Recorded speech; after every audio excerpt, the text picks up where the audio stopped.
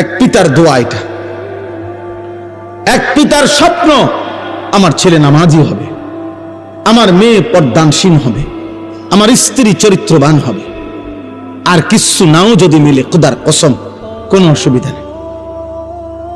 স্ত্রী সন্তান যদি বছরের পর বছর মাটিতেও ঘুমায় তাইলেও কোনো সমস্যা নাই।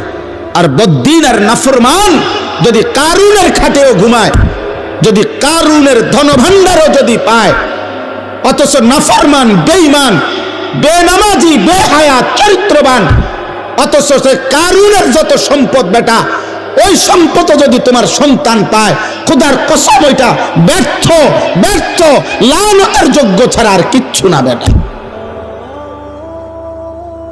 অভিশপ্ত, ওইটা অভিশপ্ত ছিল। আপনি সন্তান কিছুই পায় নাই, কারুনের সব রাখেন বাইর করে লই, আপনাদেরকে দেখাই। মানে কোরআনুল কারীমের মধ্যে এই কারুনের ঘটনা আছে। তো ওই ঘটনার মধ্যে এই যে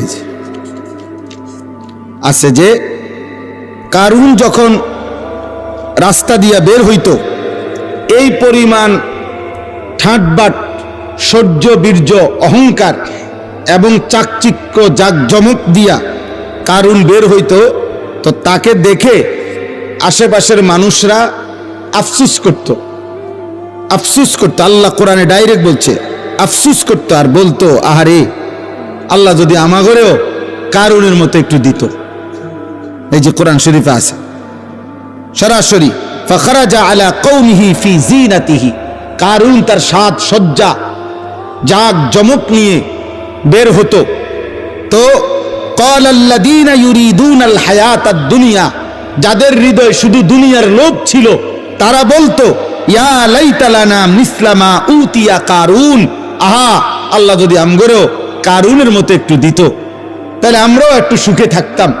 খোদার কসম আল্লাহ বলে, এরপরে যেদিন আল্লাহ কারুনকে তার সমস্ত ঘর সম্পদ, রাশি রাশি স্বর্ণরৌপ্য সহ জীবন্ত মাটির নিচে দাফন করে ফেলছে, ফাখাসাফনা বিহি ওয়া বিদারিহিল আরদা, তাকে তার ঘর সহ আল্লাহ জিন্দা মাটির নিচে দাফন করে দিছে এই নাফরমান বেঈমানকে।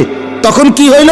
ওয়া আসবাহাল্লাযীনা তামান্নাউ মাকানাহু বিল আমস ইয়াকুলুনা ওয়াইকা আন্নাল্লাহা ইয়াবসুতুর রিজকা লিমান ইয়াশাউ মিন ইবাদিহি ওয়া ইয়াকদির লাউলা আমান্নাল্লাহু আলাইনা লাখাসাফা বিনা। পরের দিন